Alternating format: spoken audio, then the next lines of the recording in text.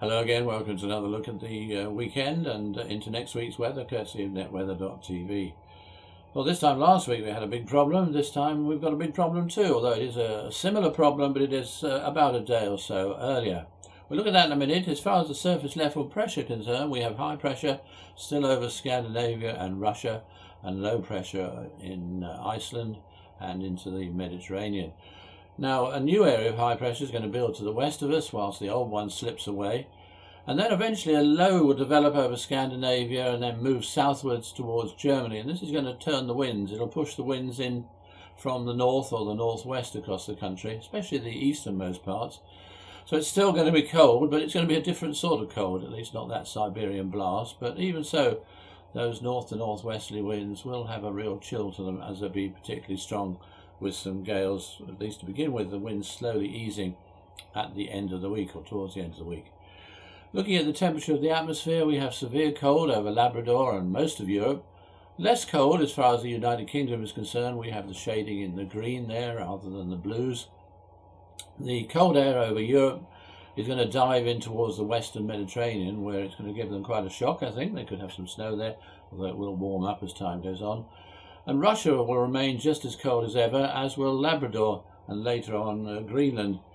The United Kingdom is unchanged for much of the time, but around about, say, Tuesday, that's when the area of low pressure moves into Germany. It will pull in the winds from the north or the northwest, so that will allow cold air to flood southwards, as you see there, the blue shading. That means to say it's going to be pretty chilly, especially as the winds are going to be strong, and there could be some wintry showers coming along as well. Now, on a day-to-day basis, as far as Friday is concerned, as I said, the same problem as last week, but a day earlier. It's going to start off dull with rain, sleet and snow over all parts of the country, really, except for the more northern areas of Scotland. And that snow could well give back between 5 and 10 centimetres in parts of East Wales, the Western Midlands and central southern England, and indeed a covering in other parts of the south as well. Now, the rain and sleet will die out in southern Scotland and most of England, and it will become brighter during the day. But rain and sleet will probably persist in parts of the west of Wales, southwest England and the southwest of Scotland. Although it will die out later on in Wales and southwest England, but as it does so and leaves everything wet, and the temperature tumbles in the evening or through the night, there's going to be a real risk of some treacherous conditions with ice. And rain, incidentally, will move back into the rest of Scotland. And then on Friday night through into Saturday morning, as I just said, there will be some really nasty conditions around, fair bit of ice on those roads and untreated pavements. And that also applies in other parts of England and southern Scotland. In fact, there could well be a really severe frost in parts of England that night, minus 10 degrees or even lower. Generally speaking, the temperatures go from fairly mild in the northwest of the country to very cold in the southeast. Now, on Saturday, it looks as if it'll be cloudy with outbreaks of rain in Northern Ireland, much of Scotland, the northwest of England and the west of Wales. One or two places that could just see a little bit of light snow as well. England and the east of Wales should have some sunny spells, or bright spells at least, after a severe frost to begin with, and of course that ice I talked about. Again, a range from very cold in the southeast to normal temperatures in the northwest. Sunday should see Scotland becoming brighter as the outbreaks of rain move away southwards, and those outbreaks of rain will get to the rest of England and Wales during the course of the day.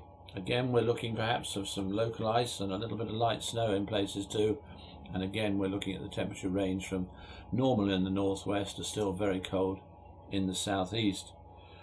On Monday, it looks like being a dull day with rain in places, and that rain could become quite heavy and steady as the cold front sweeps south, bringing behind it those colder north to northwesterly winds, so that late in the day there could well be some wintry showers getting into the north and east of Scotland and some of those eastern coastal areas of England.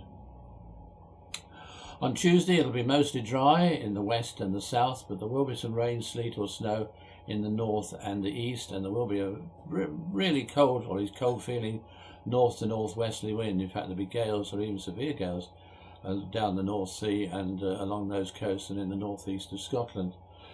As for the middle and latter part of the week, it's going to be unsettled, I think, in the more northern parts, whereas it'll be drier and more settled in the south. And again, it's going to start off windy, so it'll feel rather cold, but as the winds die down it won't feel quite so cold, but there still will be some frost around morning and night.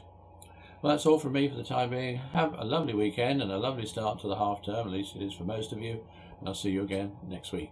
Goodbye for now.